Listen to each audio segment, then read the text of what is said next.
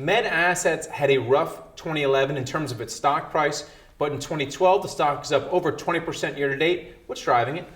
I think regaining credibility with the street relative to performance. I think we've hit our expectations and what we've put out to the street from literally third quarter, fourth quarter, and first quarter thus far.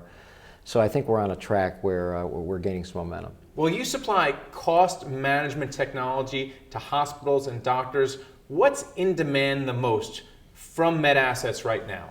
Our cost management solutions that not only include the price of product, but actually clinical integration work that drives down utilization and process costs.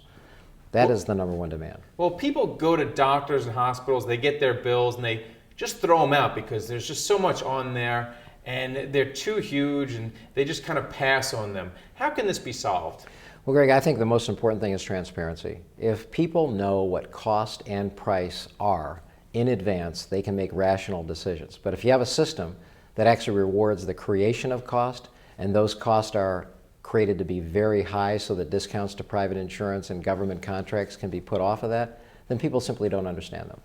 Well, because the Supreme Court will soon be deciding on Obamacare, everyone's looking to that. What's the best part of Obamacare in your view? Because that was supposed to fix these problems. Well, I think two things. One, the portability of insurance and the ability for all people to access coverage, whether they're sick or not, I think is the most humane and necessary thing within our healthcare system.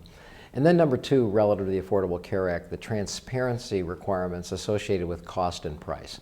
Once the marketplace is transparent and people know what cost and price are, and industries know industrial what cost and price are, we're going to drive more efficiency. And from your point of view, what is the worst part of Obamacare? Well, I think the unintended consequences of mandates.